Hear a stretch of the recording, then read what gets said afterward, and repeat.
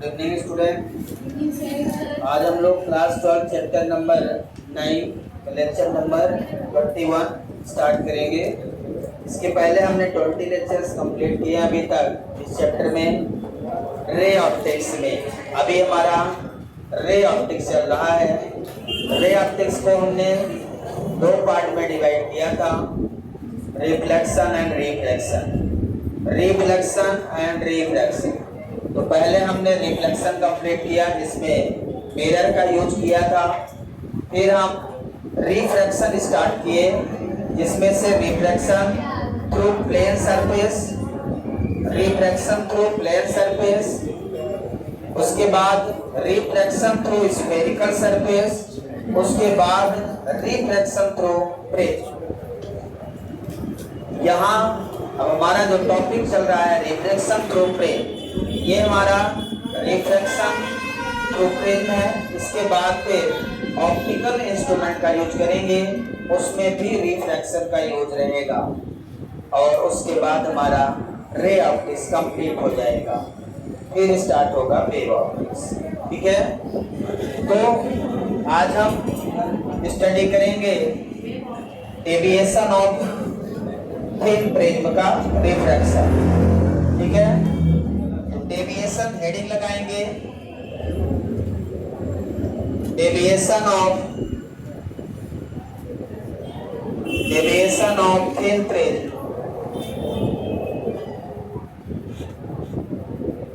Deviation of thin prism हम लोग मतलब एंगल ऑफ डेविएशन और एंगल ऑफ प्रिज्म में रिलेशन। एंगल ऑफ डेविएशन और एंगल ऑफ प्रिज्म में रिलेशन। तो रिलेशन क्या होगा? Delta equal to mu minus 1 into A. So this is the relation, जहां पे डेल्टा है एंगल ऑफ डेविएशन। डेल्टा क्या है? Angle of deviation. ए क्या है? Angle of prism. ए क्या है? Angle of prism. और म्यू है refractive index.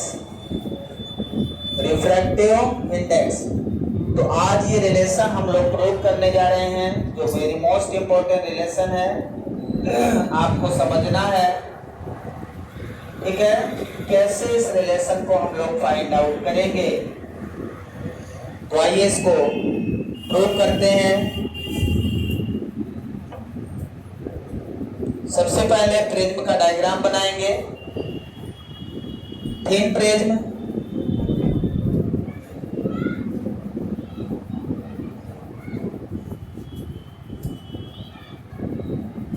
A angle of prism B C.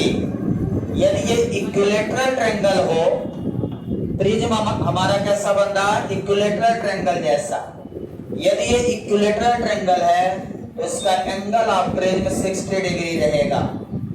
Equilateral triangle का एंगल ऑफ प्रिज्म 60 डिग्री होता है, ये याद रखिएगा। कभी एंगल ऑफ प्रिज्म नहीं देगा, बोल देगा कि इक्विलेटरल प्रिज्म है। तो यदि इक्विलेटरल प्रिज्म है तो उसका एंगल ऑफ प्रिज्म 60 डिग्री रहेगा, ये आपको याद रखना है। ठीक है, अब हम सबसे पहले लाइट को इंसिडेंट करेंगे।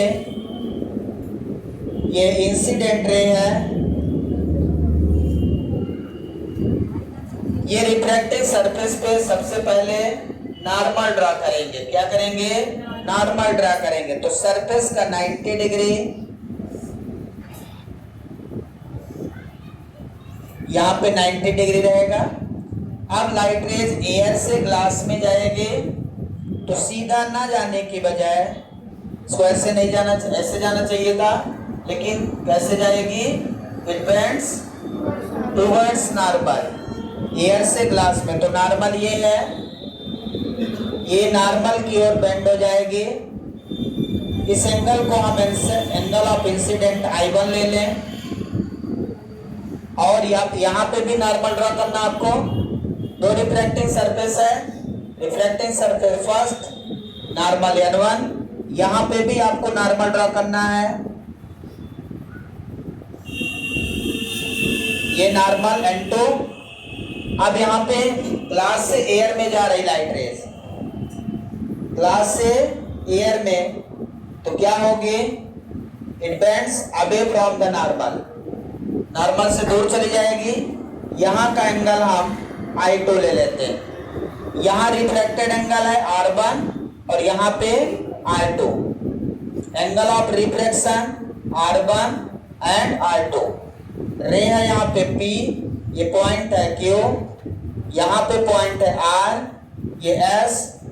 पीछे बढ़ाएंगे इसको तो आपको मिलेगा angle of deviation delta, angle of deviation delta. तो S T U और यहाँ पॉइंट है O। ठीक है, इस तरह से डायग्राम बिल्कुल उसी तरह बन गया है। इमर्जेंट एंगल को मैंने I2 लिख दिया है, ये I2 मतलब E equal to I2, E equal to I2। Incident angle I1, emergent angle I2, angle of refraction R1, angle of refraction R2। तो एयर से ग्लास में और ग्लास से एयर में दो बार रिफ्रैक्शन हो रहा है, तो दोनों टाइम पे आपको एंगल को ध्यान देना है। नॉर्मल अच्छे से बनाएंगे और डायग्राम को थोड़ा समझ के बनाएंगे। ठीक है, थोड़ा अच्छे से बनाइए डायग्राम पहले। अब स्टार्ट करेंगे इसको। सबसे पहले लाइट रेज एयर से ग्लास में जा रही है, इधर आपका एयर मीडियम है, एयर से ग्लास में, फिर ग्लास से एयर में। तो हमें when light rays incident from air मतलब rarer medium to glass denser, air से ग्लास में लाइट रेज जा रही है। कहां से कहां जा रही है लाइट रेज? एयर से ग्लास में। तो by using Snell's law, by using Snell's law, Snell's law आपने पढ़ा है, क्या होता है? Angle of incident sine I1 by sine R1, sine I1 sine R1, ratio of sine of angle of incident to the sine of angle of refraction of first surface, sine I1 by sine R1 equal to a mu g which is equal to mu. यहाँ पे a mu g equal to mu है, समझ आया? Sine I1 by sine R1 equal to mu, a mu g को हम mu लिखते हैं। ठीक है, अब यहाँ पे जो हम लोग एक्सप्रेशन कर रहे हैं उसमें प्रिज्म जो हमारा है वो बहुत थिन है। For thin prism, for thin prism, thin prism के लिए जो हमारा एंगल ऑफ इंसिडेंट है और एंगल ऑफ रिफ्लेक्शन बहुत छोटा है, वेरी स्मॉल। इसका मतलब ये है sine I1 nearly equal to I1 and sine I2 sine R1 equal to nearly equal to R1। Sine I1 equal to I1 और sign R1 equal to R1। तो ये इक्वेशन क्या हो जाएगा? I1 by R1 equal to mu, I1 by R1 equal to mu. So I1 equal to mu R1, I1 equal to mu R1 हो जाएगा। समझ आया क्या? क्योंकि प्रिज्म हमारा थिन है इसलिए ये कंडीशन रखनी पड़ेगी आपको। थिन प्रिज्म के लिए एंगल बहुत छोटा हो जाता है। तो जब एंगल छोटा हो जाता है तो समय चाहे साइन हो चाहे टैन हो चाहे कॉट हो, थीटा टेंड्स टू थीटा हो जाता है। ठीक है ना? तो sine theta equal to theta, cos theta equal to theta. ठीक है, ये चीज ध्यान रखिएगा सभी लोग, नोट डाउन कर ले इसको जल्दी से, इसके बाद आगे करते हैं।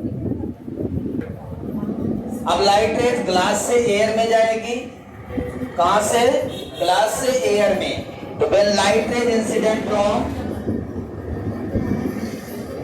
ग्लास टू, ग्लास मतलब डेंसर, तो एयर मतलब रेयरर। अब अगेन हम लोग लगाएंगे यहाँ पे बाय यूजिंग स्नेल्स लॉ, फिर से लगाएंगे स्नेल्स लॉ। तो क्या लिखेंगे? आप ध्यान से देखें, इस सरफेस के लिए एंगल ऑफ इंसिडेंट हमारा R2 हो जाएगा और एंगल ऑफ रिफ्रैक्शन हमारा I2 हो जाएगा। अब जी म्यू ए लिखेंगे, क्या लिखेंगे?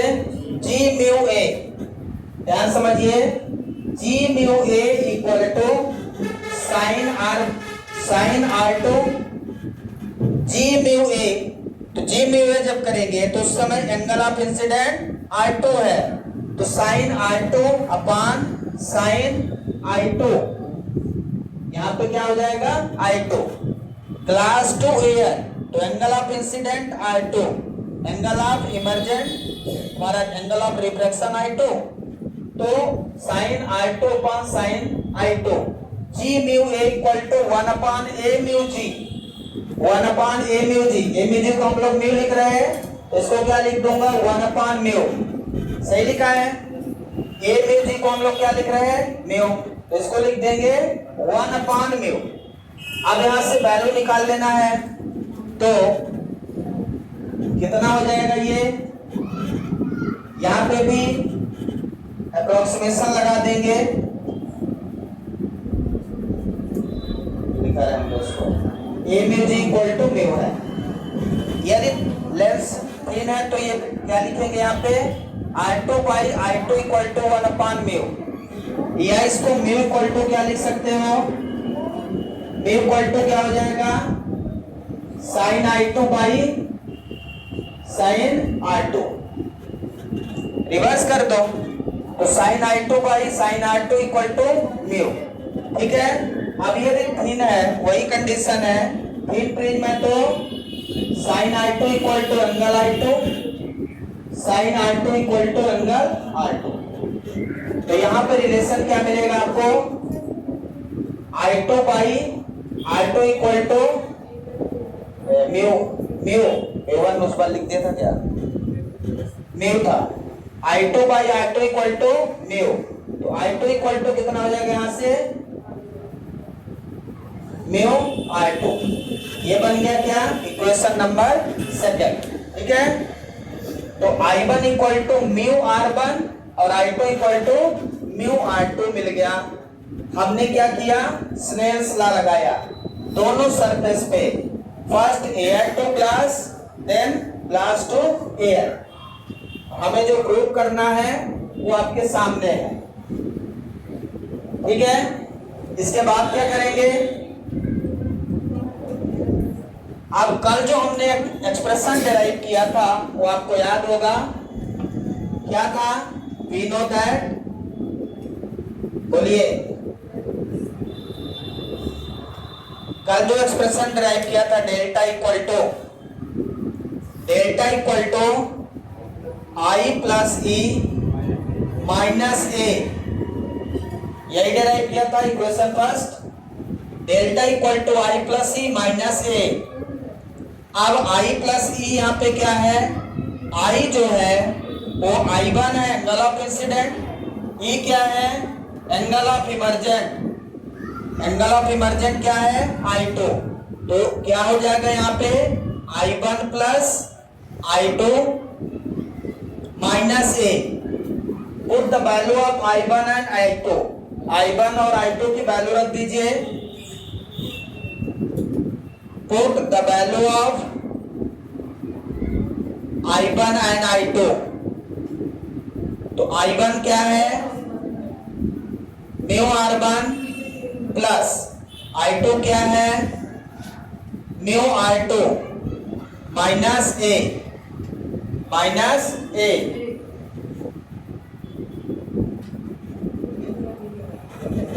ठीक है। अब यहां से म्यू कॉमन ले लेंगे तो delta equal to R1 plus R2 minus A. R1 plus R2 क्या होता है, कल प्रूव किया था मैंने, सही बताओ। R1 प्लस R2 क्या होता है, देख के नहीं बताना, बिना देखे बताना है। कल प्रूव किया था हमने, आज पता ही नहीं कल क्या प्रूव किया था, आज यही नहीं पता प्रूव क्या किया था। A equal to R1 plus R2, तो R1 प्लस R2 की जगह A लिख सकते हैं, एंगल ऑफ रेंज, ठीक है। यहां लिख दिया मैंने A, अब A कॉमन हो जाएगा तो delta equal to mu minus 1 into A, यही आपको प्रूव करना था। Delta equal to mu minus A into A, जो आपको प्रूव करना था। सिंपल सा एक्सप्रेशन है, आपको स्नेल्स लॉ दोनों सरफेस पे लगा देना है। प्रिज्म थिन है तो एंगल बहुत छोटा है, तो दो रिलेशन मिल जाएंगे I1 और I2, उसको इस रिलेशन में रख दीजिए, बस आंसर। फॉर मिनिमम डेविएशन के लिए, मिनिमम डेविएशन के लिए क्या लिखेंगे इसको, delta m equal to mu minus 1 into A, minimum deviation delta m, ठीक है। तो इस तरह से ये एक रिलेशन आपको मिल गया है, नोट डाउन कर लें। इंपॉर्टेंट रिलेशन 3 मार्क्स का आ जाता है पेपर में प्रूव करने के लिए। इसके बाद नेक्स्ट टॉपिक है डिस्पर्सन ऑफ लाइट, हेडिंग लगाएंगे dispersion of light.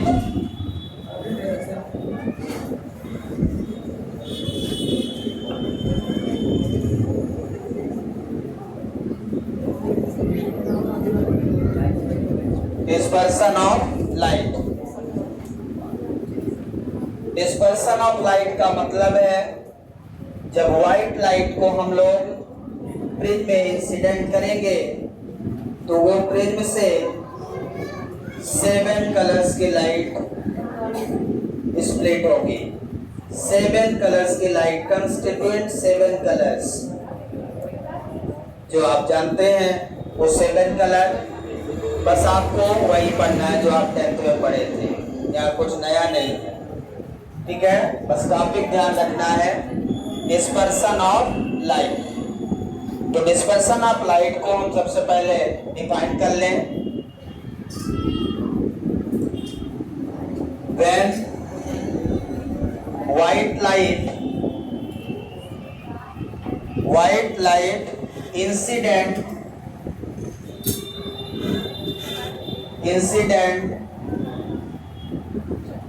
on the prism,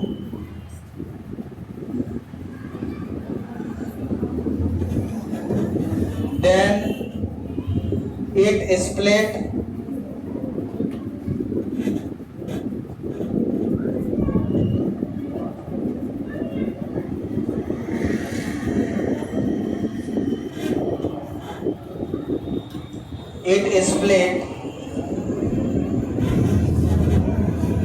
into constituent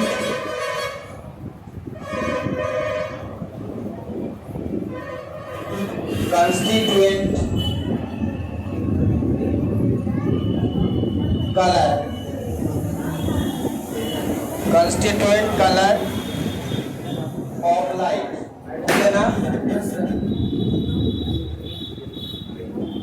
with different wavelength,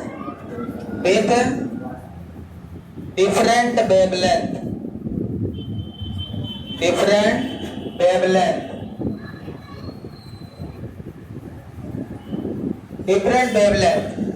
light का कलर जो शो होता है वो डिफरेंट वेवलेंथ के कारण ही शो होता है। डिफरेंट वेवलेंथ है, डिफरेंट कलर, जितने भी कलर होते हैं उन सबका वेवलेंथ अलग अलग होता है। अलग अलग वेवलेंथ होने के कारण ही उनके अलग अलग कलर होते हैं, ठीक है ना। तो different wavelength have different colour, मतलब कलर का डिसीजन वेवलेंथ से होता है, कलर का डिसीजन वेवलेंथ से होता है। तो लाइट की जो वेवलेंथ होती है उससे हमारे कलर्स बनते हैं, ठीक है ना। तो डिफरेंट वेवलेंथ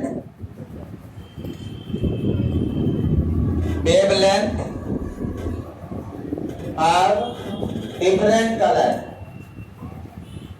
डिफरेंट कलर,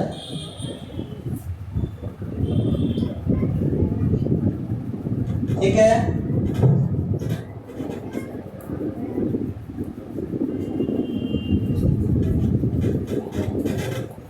तो यहाँ पे डिस्पर्सन ऑफ लाइट हम लोग अब बनाएंगे प्रिज्म के थ्रू, जो आपको कलर दिखेंगे डिस्पर्सन ऑफ लाइट पे किस पर निर्भर करता है, ये वेवलेंथ पे।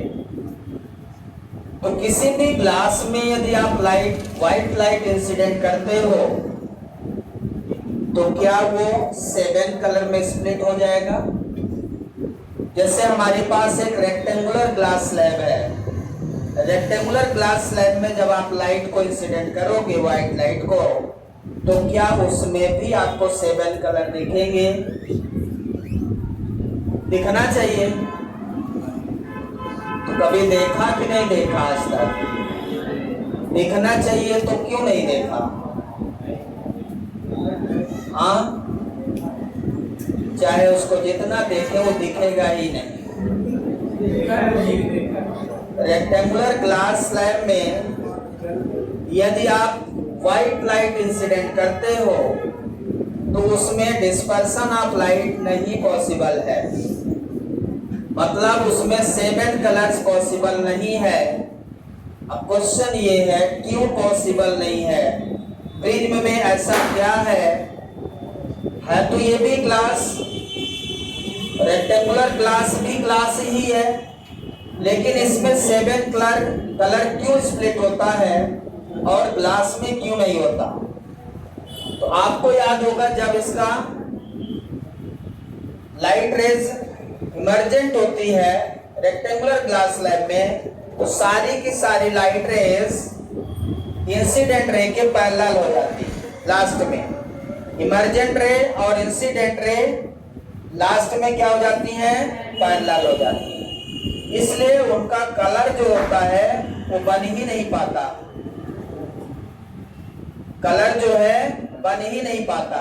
यहाँ पे जो है, यहाँ पे लाइट रेज अलग अलग एंगल पे डेविएट होती हैं, जिसके कारण उसमें डिस्पर्सन ऑफ लाइट दिखता है। जैसे हम डायग्राम पहले बनाए, तो यदि हम इसका डायग्राम बनाते हैं तो आप लोग डिस्पर्सन ऑफ लाइट सबसे पहले देखिए। हमने कौन सी लाइट को इंसिडेंट किया है, व्हाइट लाइट। यदि व्हाइट लाइट की जगह कोई मोनोक्रोमेटिक लाइट इंसिडेंट कर दें तो क्या होगा, यदि व्हाइट लाइट की जगह मोनोक्रोमेटिक लाइट इंसिडेंट कर दें तो क्या होगा। कई लोगों को मोनोक्रोमेटिक के बारे में जानकारी नहीं है। मोनोक्रोमेटिक लाइट का मतलब किसी एक कलर की लाइट, व्हाइट लाइट के अलावा किसी एक कलर की लाइट को इंसिडेंट करेंगे तो वो एज इट इज निकल जाएगी, डिस्पर्सन ऑफ लाइट नहीं दिखेगा। ये डिफरेंस है।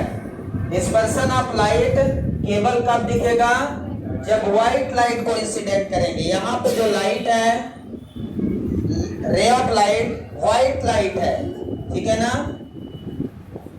कैसी लाइट है, व्हाइट लाइट। अब क्या होगा, इसको सीधा निकल जाना चाहिए,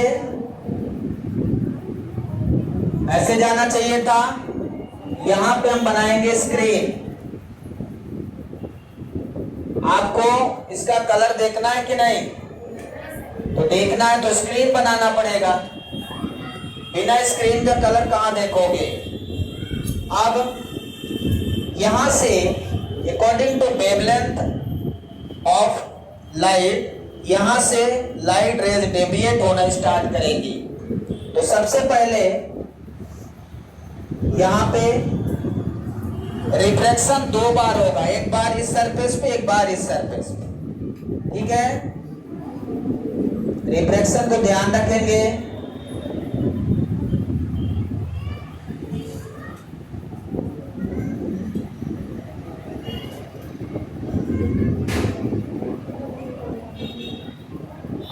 सेवन कलर्स 1 2 3 4 5 6 7।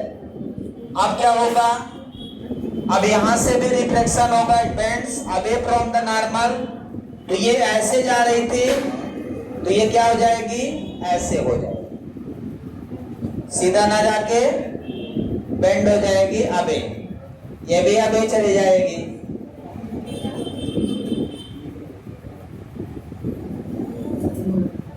समझ आ रहा है?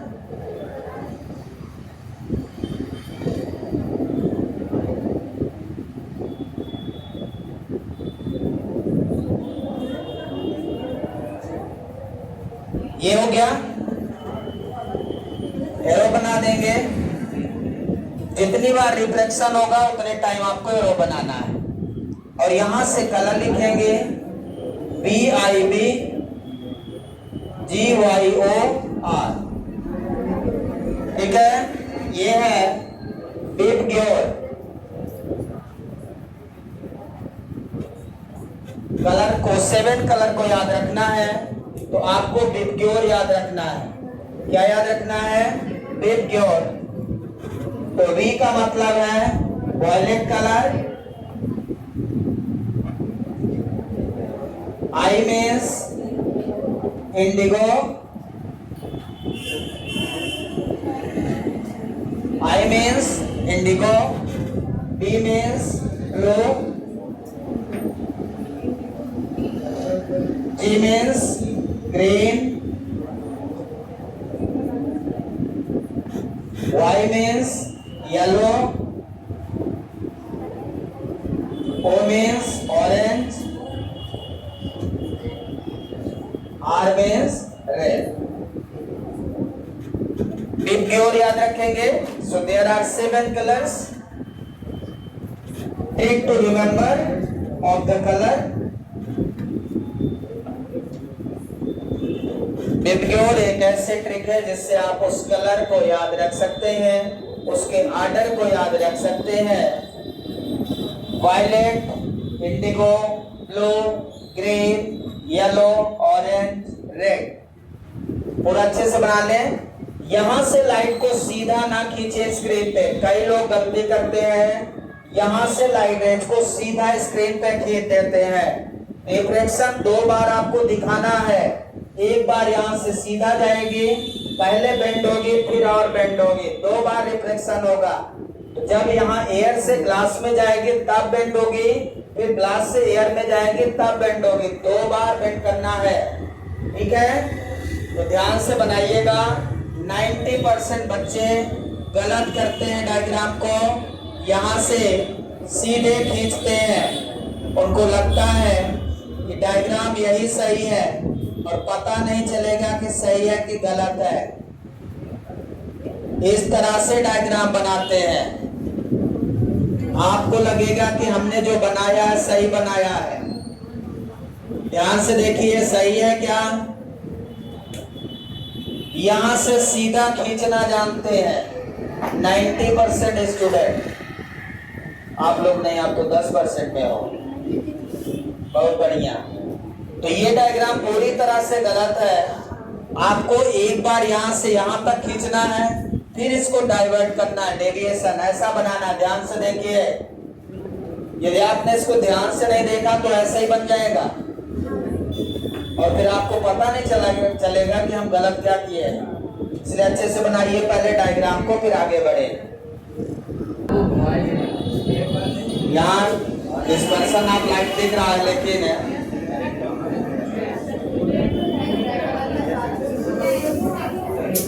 लाइट आ रही है, ये डिस्पर्सन आप लाइट दिख रहा है। कलर देखिए, सबसे ऊपर कौन सा कलर दिख रहा है? सबसे ऊपर वॉयलेट कलर दिख रहा है, देखिए, और सबसे नीचे रेड कलर दिख रहा है। और उससे नीचे देखते जाइए, येलो भी दिख रहा होगा, दिख रहा है ना, ग्रीन, ब्लू, ब्लू ज्यादा दिख रहा, वायलेट, वायलेट तो बढ़िया दिख रहा, तो ये इंडिगो नहीं दिख रहा, पता ही नहीं कलर कैसा है इंडिगो, अरे इसे मिक्स है अब एकदम से बिल्कुल थोड़ी दिखेगा, स्क्रीन इतना दिख रहा पर्याप्त, ठीक है ना। इस तरह से कलर आप देख सकते हैं, ये डिस्पर्सन ऑफ लाइट है। ये टेबल आपको प्री में दिखेगा, क्लास लैब में नहीं दिखेगा, बताया ना क्यों नहीं दिखेगा, तो उसका रीजन है। इसमें देखिए इंसिडेंट रे के पहला कोई भी लाइट रेज नहीं है। क्लास लैब में जब हम लोग, ये रीजन आपको ध्यान रखना है कि क्लास लैब में डिस्पर्सन ऑफ लाइट क्यों नहीं बनते, क्योंकि जो डायरेक्शन होता है इसमें रिफ्लेक्शन होता है, लास्ट में ये पैरेलल हो जाता है। यहाँ देखिए इंसिडेंट डॉट डॉट वाली लाइन हमारी इंसिडेंट रे है, यहाँ कोई भी लाइट रे पैरेलल नहीं है, सब डेविएटेड है, इसलिए इसमें डिस्पर्सन ऑफ लाइट नहीं बनता। कंस्टिट्यूट कलर जो होते हैं वो सब मिक्स हो जाते हैं फिर से बाद में, तो यहाँ दो सब अलग अलग हो जाते हैं, ठीक है ना। तो कोई भी पूछे तो बता सकते हैं कि नहीं बता सकते, रीजन पता होना चाहिए बेटा, बहुत सारी चीजें हैं। आगे बढ़े, अब हम आपसे दो तीन चीज और जानना चाहते हैं, बात मत करें। यहाँ पे सबसे पहले किसकी वेवलेंथ ज्यादा है, किसकी वेवलेंथ ज्यादा है, आपने इलेक्ट्रोमैग्नेटिक वेव में भी पढ़ा था कि वेवलेंथ रेड कलर की, सबसे ज्यादा वेवलेंथ रेड कलर की होती है। यही कारण है कि हम रेड कलर ट्रैफिक सिग्नल में यूज करते हैं। रेड कलर हम ट्रैफिक सिग्नल में यूज करते हैं क्योंकि उसकी वेवलेंथ सबसे ज्यादा होती है। वेवलेंथ सबसे ज्यादा होने का मतलब ये है कि ज्यादा दूर से दिखाई देती है, कोई भी प्रॉब्लम है तो ज्यादा दूर से दिखाई देगी, उसकी विजिबिलिटी ज्यादा होती है। तो wavelength of red colour maximum, तो यदि मैं इसको हटा दूं, यहाँ पे इसका मैक्सिमम वेवलेंथ है, क्या है, मैक्सिमम वेवलेंथ। सबसे ज्यादा वेवलेंथ किसका है, रेड कलर का। मैक्सिमम वेवलेंथ और मिनिमम फ्रीक्वेंसी, यदि वेवलेंथ ज्यादा है तो फ्रीक्वेंसी क्या है, कम है।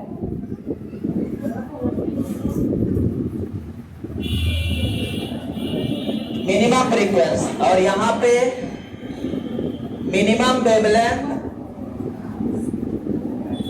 मिनिमम वेवलेंथ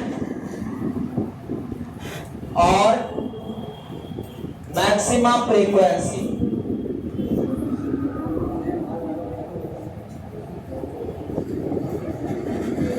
समझ आया क्या।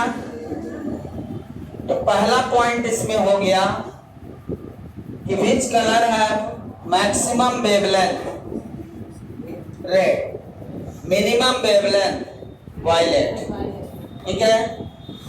दूसरा क्वेश्चन इसमें ये है, विच कलर है maximum deviation,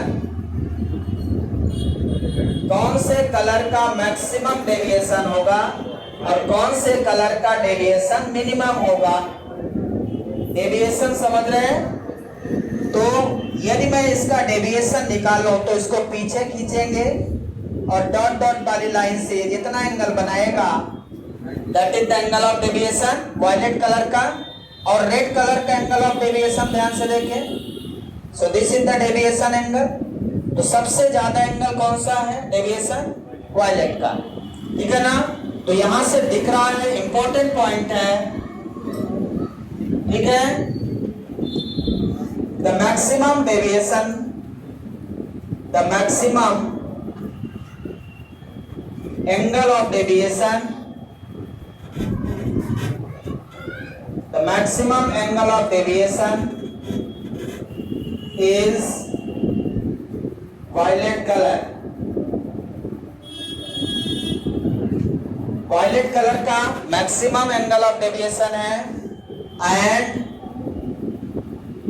minimum angle of deviation is red colour.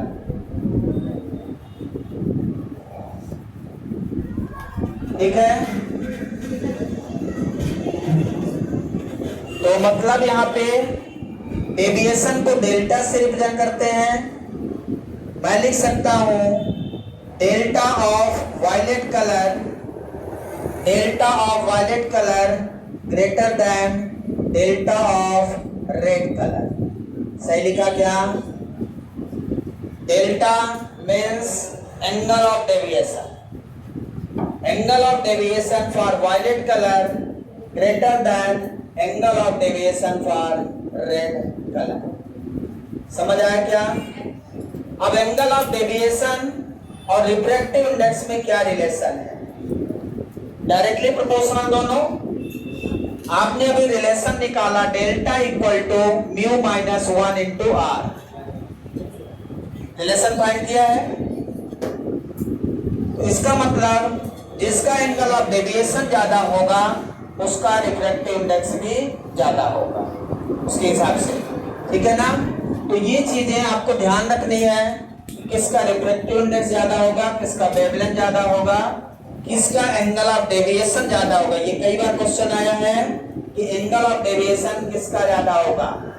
अब यदि मैं दो कलर का, कोई भी दो कलर का पूछ लो, रेड कलर यहाँ पे पूछ लो और येलो कलर में से, ठीक है, तो मैं ऐसा लिख सकता हूं delta of Y greater than delta of R. Yellow colour का एंगल ऑफ डेविएशन ज्यादा होगा, मतलब रेड का सबसे कम होगा, है ना? तो जैसे जैसे नीचे जाएंगे एंगल ऑफ डेविएशन इंक्रीज करता चला जाएगा। समझ आया क्या? तो इसमें ये पॉइंट आपको ध्यान रखना है कि एंगल ऑफ डेविएशन कितना होगा। ये क्वेश्चन करेंगे आप, तो यहां से एक इंपॉर्टेंट पॉइंट मिलेगा आपको, एंगल ऑफ डेविएशन किसका ज्यादा है? यहाँ पे वायलेट कलर का रेड से ज्यादा है। और यदि वेवलेंथ की बात करें तो वेवलेंथ को लैम्डा से डिनोट करते हैं। Wavelength of red colour greater than wavelength of violet colour, ये मिल जाएगा। यदि रिफ्रैक्टिव इंडेक्स की बात करें तो mu B greater than mu R. अभी मैंने बताया क्योंकि refractive index directly proportional to angle of deviation. तो ये तीनों रिलेशन आपको याद रखना है। जिसका एंगल ऑफ डेविएशन ज्यादा होगा उसका रिफ्रैक्टिव इंडेक्स ज्यादा होगा, ठीक है ना? और जिसका एंगल ऑफ डेविएशन ज्यादा होगा उसका वेवलेंथ कम होगा। मैं कह सकता हूं कि एंगल ऑफ डेविएशन